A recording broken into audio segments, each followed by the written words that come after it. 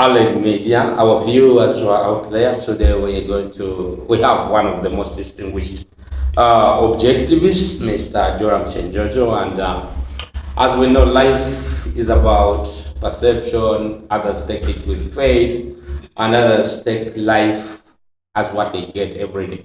I know we are living in a society where everyone has his own definition: what is life, what is happiness, and what is beauty.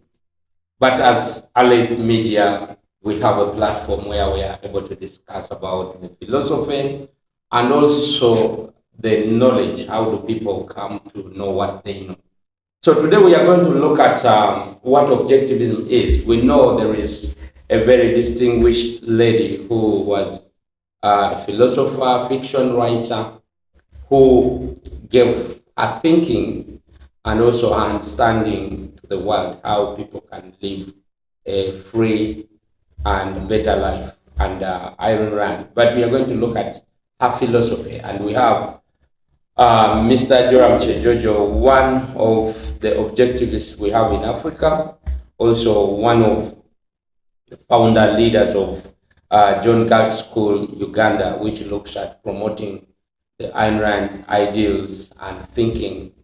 So, Mr. Joram Mwesiga, you are welcome. Yes, good evening, our viewers. I'm Joram Mwesiga. I work with Aled. Happy to be talking about objectivism. Objectivism is a philosophy of Ayn Rand. Ayn Rand was born of Russia, but she migrated to America after oppressive regime, after the Bolshevik Revolution.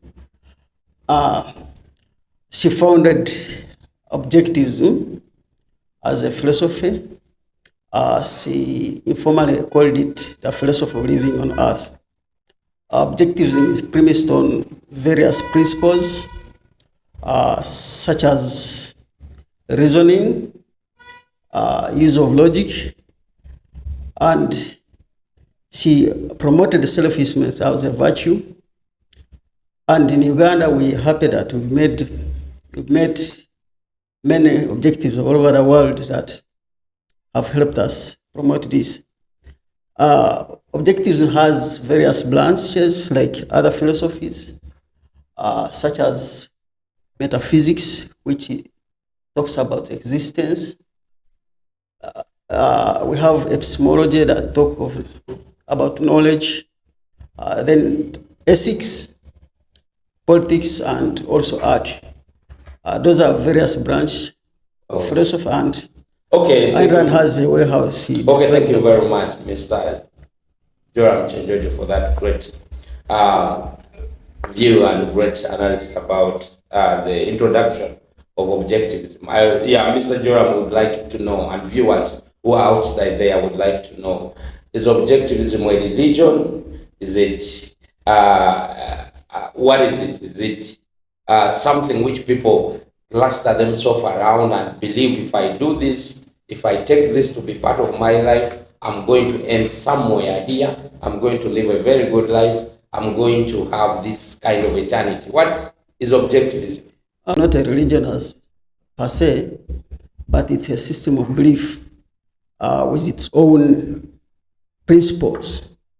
As I said, such as use of reason, selflessness as a virtue, use of logic. As I said, it has principles like metaphysics, epistemology, politics. That I do not talk about politics, which concerns actually about how the society is governed. Then use of reason, doing how, if we want to do things, why should we do them? We must use knowledge to reach conclusion and what actually we want to arrive at in our lives.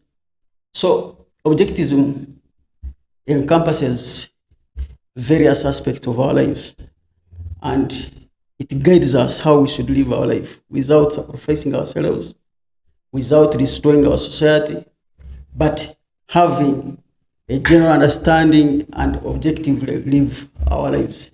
Okay, you've talked about objectivism encompassing some, okay, belief or reasoning. It is anchored on reasoning. Yes. How is objectivism different from Christianity? Uh, Objectivism look at asking question about nature. Look at asking the logical conclusion of things, whereas religion relies on faith. People do not actually want to know what is beyond the understanding, the belief of supernatural things, where the objectives, you have to have evidence. Things must exist. They must have identity. Unlike religion, it relies on things which are non-existent, and of course, the ultimate is faith, which does not bear serious evidence of existence. Okay. Yeah, John, you've driven us to the very logical understanding of this objective. I know many people outside there sometimes they would like to understand simply how objectivism, and you've talked about the principles which upon which objectivism is built on. And a person like you, how did you come to know you are an objectivist, or you are how you accepted objectivism? We want to know the life before you became an objectivist and the life when you are now an objectivist. Yeah, objectives, as I said, as informally defined by Ayn Rand, a philosophy of living on earth. It is based on various principles such as ethic, how we live on earth, politics, how the society is governed, and it is based on rule of law, rule of law, the laws which are objective, laws that do not aggress on others. It also based on a political system that is capitalism, where the government intervention and rule of law are key aspects. A society that is built on political system based on capitalism is a very powerful society. It is a society that people do not aggress on others, where the property rights are respected.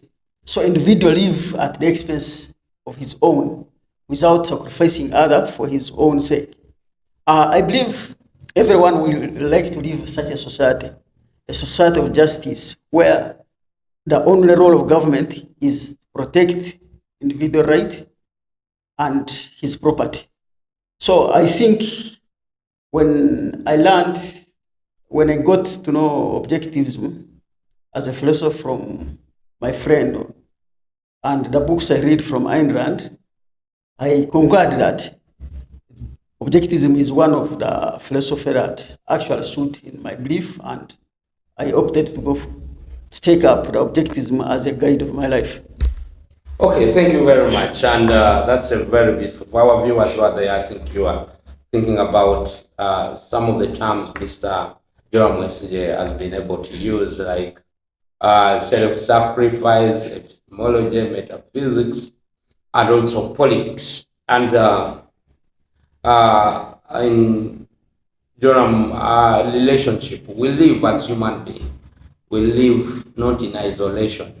We live in a community. We live in reality. And this reality, we have to, we know there are people who are not able to get what they need in life. And there are people who are able to fight hard, have unique talents, have unique gifts to get much of what they want, and they can have it in abundance. But then with the people who are not able, who are not advantaged in a place where they are in, how do they survive in a society where sacrificing for those who cannot meet their ends is not accepted, is detestable? A society has various aspects. I talked about capitalism. And capitalism has its impact on the society where individual can work and achieve for themselves because they are free. And we talk about sacrifice, not sacrificing ourselves. Sacrifice is different from benevolence. The world is full of charity today because people come out and help each other. People are helping themselves. I mean, they're helping others out of their own values. They give, they found, they start foundations, they start charity organization based on their own will, based on the value they attach. But what objectivism refuses is someone to compel you, use force to help others. So, an ideal society, which is actually acceptable by the objectivism, is individual taking their own choice to do things based on your own value.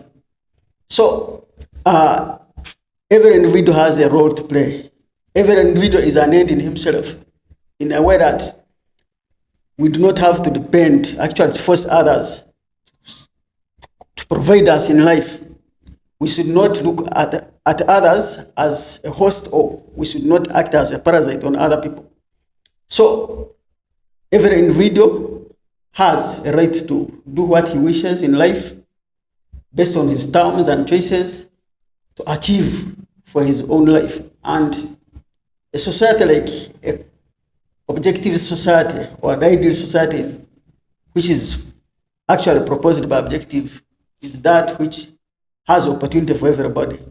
The capitalist society, where everyone has opportunity to venture in and then achieve for his own life. Okay. Yeah, that's very great. I've liked where people have to fight and strive for themselves. But what I would also like to know, one thing I like about objectivism, it's about reasoning. But I know reasoning is not for everyone. Sometimes there is involuntary, sometimes there is feeling, because we are human beings who live in reality. Sometimes we are influenced by feeling, sometimes we are influenced by all these emotions, and we find ourselves being in action. We find ourselves being able to do something not because of reason, but because we are emotional.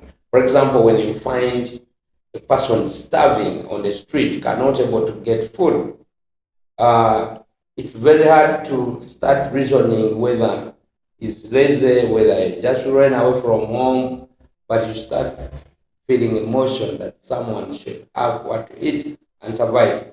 So, Mr. Durham, do you think everyone is able to reason as objectivism requires?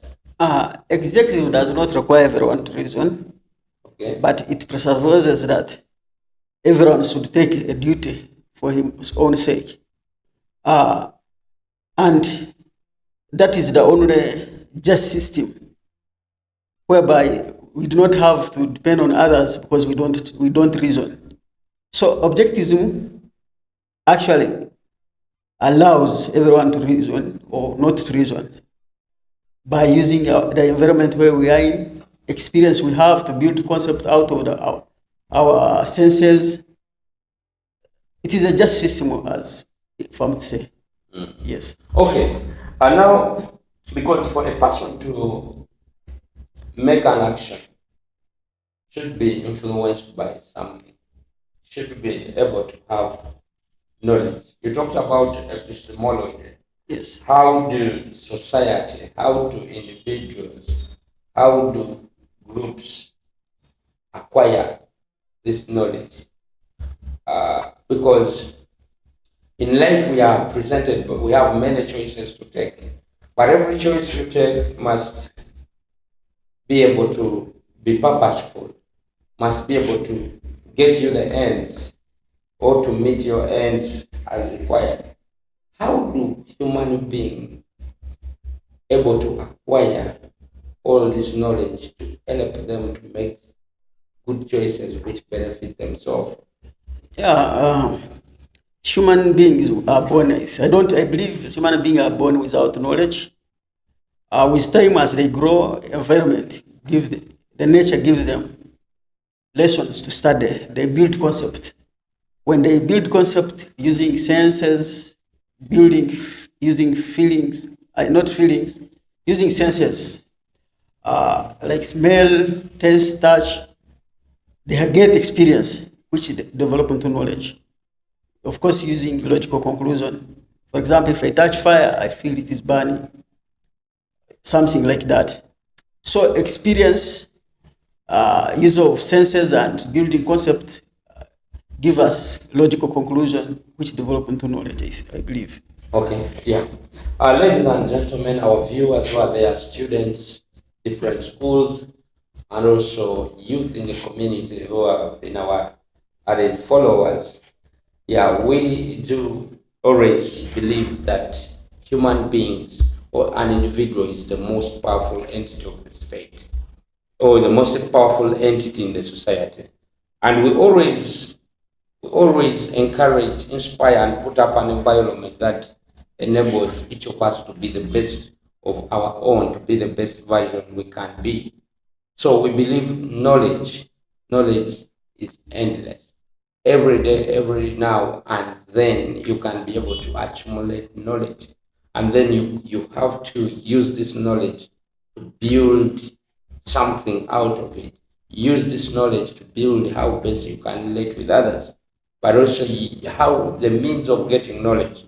That's why we encourage very many young people to be able to read books, because we have a library here. But we also encourage young people to get into critical thinking, to ask, why is this like this? Why not just accepting? So we believe with Allied Media, we are going to be able to share more. We are going to be able to interact with different people, and we are going to be able to ask ourselves the hard question about life. So, Mr. Joram Chenjojo, as you concluding, or as we have come to this end, what will be your take on the young people?